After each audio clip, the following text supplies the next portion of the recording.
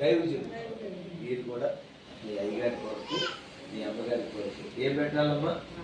అవసరమైతే ప్రాణం కూడా పెట్టేంతగా సేవకులు ప్రేమించారనుకోమన్నా మీ కుటుంబాన్ని చక్కగా దేవుడు దీవిస్తాడు. సరేనా? ఈ నాయన గారు ఉన్నారు. ఆ నాయన గారికి పాస్టర్ గారు అంటే చాలా ఇష్టం, బాగా చూసుకునేవాళ్ళు పాస్టర్ గారు. అందుకని దేవుడు ఏం చేశాడంటే ఆయన కడుపును పుట్టిన బిడ్డలో ముగ్గురిని సేవకులుగా దేవుడు ఆశీర్వదించాడు. నేనున్నా మా అమ్మ నాన్నకి పాస్టర్ గారు అంటే చాలా ఇష్టం. పాస్టర్ గారికి చాలా సహాయం చేసేవాళ్ళు.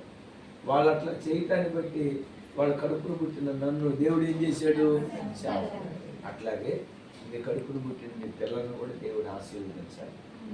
ఆశీర్వదించాలంటే ఎవరిని బాగా చూసుకోవాలమ్మా?